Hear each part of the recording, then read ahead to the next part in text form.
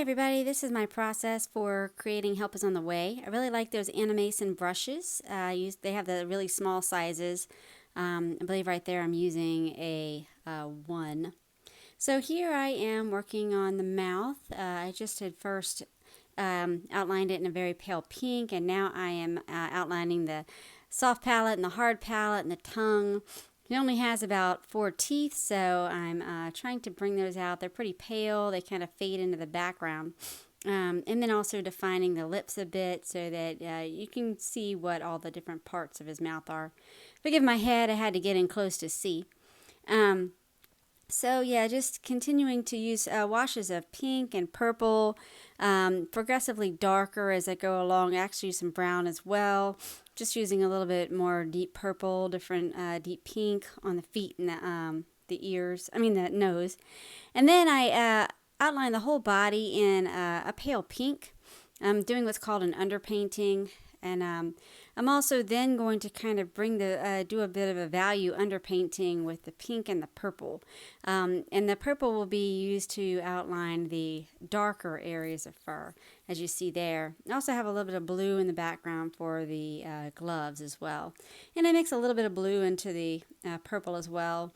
I'm outlining the feet a little bit, just some of the structures that will be needed, and having some pink and purple in there.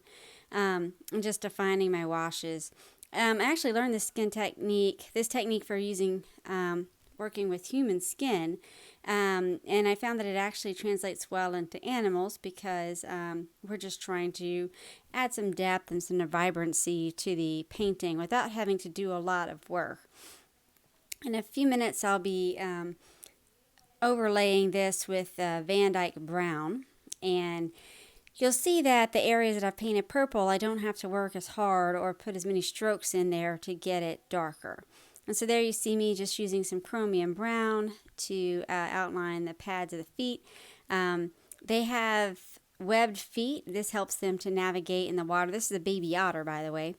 Here I am starting to work on the fur. Pretty sparse fur around the face, and it's pretty dense around his neck. And also the nose there, outlining that with chromium black. And you'll see, sorry about this, I had to get in close to kind of show you some of the work on the face. And unfortunately, I do tend to move my paper around a lot when I paint, so you'll see me flip it around in a little bit. But here I am, just creating some of the fur on the face, the feet, the chest. You can see how it goes in darker.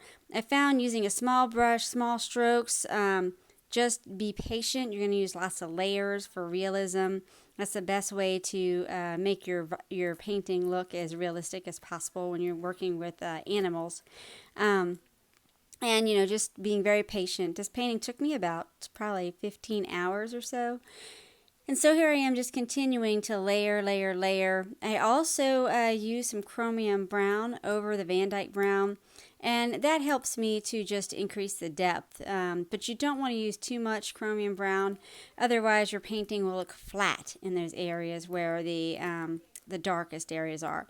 You need those dark areas to have some vibrancy and some depth.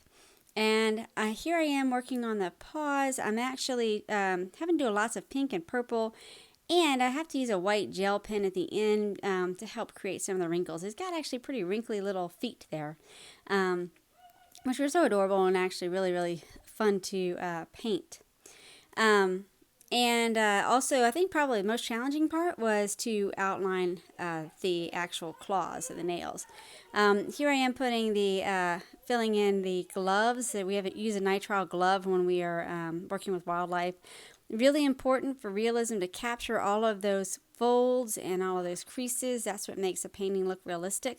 Of course, a glove is not just going to be one solid shape. You're going to have creases and folds, and that's what's going to make that look realistic. And so in a minute you'll see the finished painting where I put in the background, and this was to depict the moment of rescue. This little guy, his nest had gotten destroyed in a construction site.